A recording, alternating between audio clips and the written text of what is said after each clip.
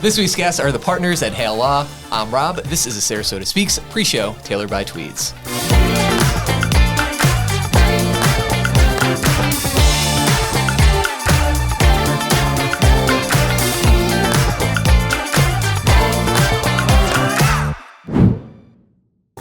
What's up, everybody? I'm Rob. This is the Pre-Show tailored by Tweeds. When you are looking to level up your style game, come on down to Tweeds at any of our brick and mortar locations all across the state of Florida. Check us out online at Tweeds Suit Shop. This week's guests, we have Patrick Hale and Patrick Iyampillai of Hale Law. Welcome, guys. Hey, thanks for having us. Absolutely. So, first question is, what drove you both to get into law, and how did you end up partnering with each other to establish your firm? That's a big question. But, I think we both admired the leaders of our country, the founding fathers, the presidents, looked into them, both history geeks, saw they were lawyers, and just decided, hey, we're going to follow them, and our parents definitely encouraged it. But along the way, we learned how much lawyers help people, and, we just have a passion for doing just that, helping people. Awesome. Yeah, I wish I had a more sophisticated answer than that, but I knew, like Patrick said, seeing politicians, I thought I wanted to do that. Obviously, that's nothing I would ever want to do now. But then helping people and making money all at the same time sounds like a pretty good job, and I love what I do. Good gig. That's awesome. So I'm sure you'll dive into it more in the actual podcast, but if you can give us the Cliff Notes version of how you came up with Go to Hale, and have you had any pushback on that motto? Yeah. So, Go to Hale is sort of a joke, I would say, when I was a little younger. There's some dispute of the origins of the Go to Hale phrase within my family. But, it's something I was playing with, thinking about when Patrick came on as my partner. We were going back and forth with different things.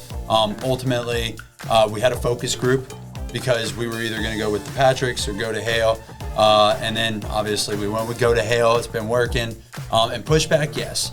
Most people love it, but we've gotten the occasional caller who's very upset about it, and even had one sign up who was upset previously, but didn't know who else to call.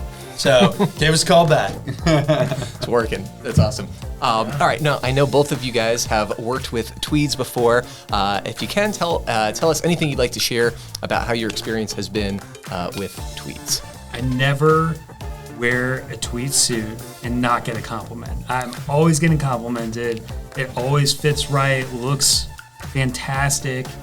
I just, I really appreciate just coming into y'all's downtown Sarasota office one day with Hale and just getting first class service and taking a look at everything, getting sized, and having that great first experience led to many, many suits. So highly recommend Tweeds to everybody.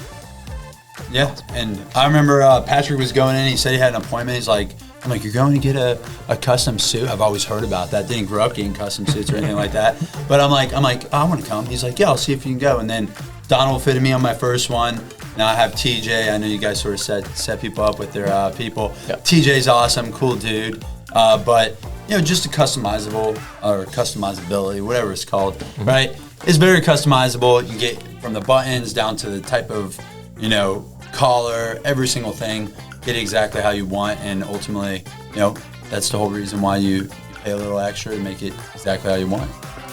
Thank you for the endorsement. That is going to do it for the pre-show for this week. Remember, when you're looking to level up your style game, come on down to Tweeds. Should be a QR code on the screen now. Screenshot it, click on that for more info and to set an appointment. Check us out at Tweeds Suit Shop on Instagram. Stay tuned for a quick sneak peek of this week's upcoming episode with Patrick and Patrick of Hale Law.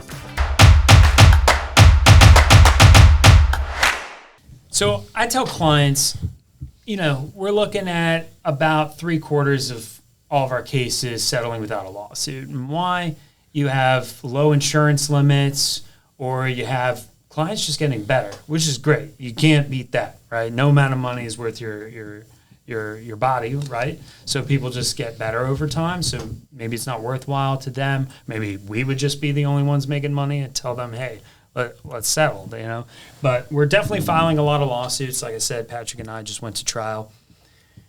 How many get to trial is not very many, and I'd say that's for a lot of firms. I don't want to throw anyone under the bus, but the reason why is we prepare, we exchange our witness lists, we got people under subpoena, and we'll get to the courthouse doors figuratively, and the insurance company's just calling and saying, hey, all right, we'll pay you whatever you want, or we'll pay you what you were asking Now, for. is there any merit to the fact that you guys are willing to go to trial, that they know that you have a track record, that these guys are willing to go to trial? We want to settle sooner rather than later. I don't have any concrete evidence, but I've been told by people in the industry that they do keep track of these things. I mean, it's public record who's, you know, going to trial. When you get that verdict in court, it's all public record, so they know how many people have gone to verdict. So they do keep track of it, I've been told. Yes. I mean, the insurance companies are methodical about everything. That's their whole business, right? Yeah. Risk You know what I mean? management. It's risk management. So, And everyone, even we use numbers to help make decisions. So, you know, I would hope if so. we are being, I would hope so. Yeah, being, you You're know, in business, so. 30, you know, a little over 30 people, you know, employees and everything. If we're using numbers, the insurance companies are definitely using numbers when making decisions, and I think that one, you know, Speaks pretty for clear, itself. yeah. you know, Sure. plus their lawyers talk. They know when they're up against a firm that's lazy, and they're not going to want to do all that work that's required to take it to trial. And they know when they're dealing with somebody who will. Yeah. Yeah. So that changes the tenor of a discussion. Yeah, and it actually reminds me of a case Patrick settled for a pretty decent amount, north of $1 million. Another law firm had it. I'm not going to say who. I like the people there, you know, but they filed it during tort reform, didn't move it, and it was just sitting there. 6-7 months later, they call us up. Patrick takes a call, talking to the person, and ends up settling it, you know, within 6-7 months, just because he started moving it along in litigation, because he was taking the steps. It sat there for months, and as soon as he got it, you know, a couple depots, mediation, and then got it settled for what it needed to be settled for, when it was just sitting there for months. Well, before. sometimes these cases aren't going to settle themselves. You might actually have to do some work, right? Yeah, You yeah. God forbid. got to give them Hale. Yeah, they say if you prepare like you're going to trial, you might not have to.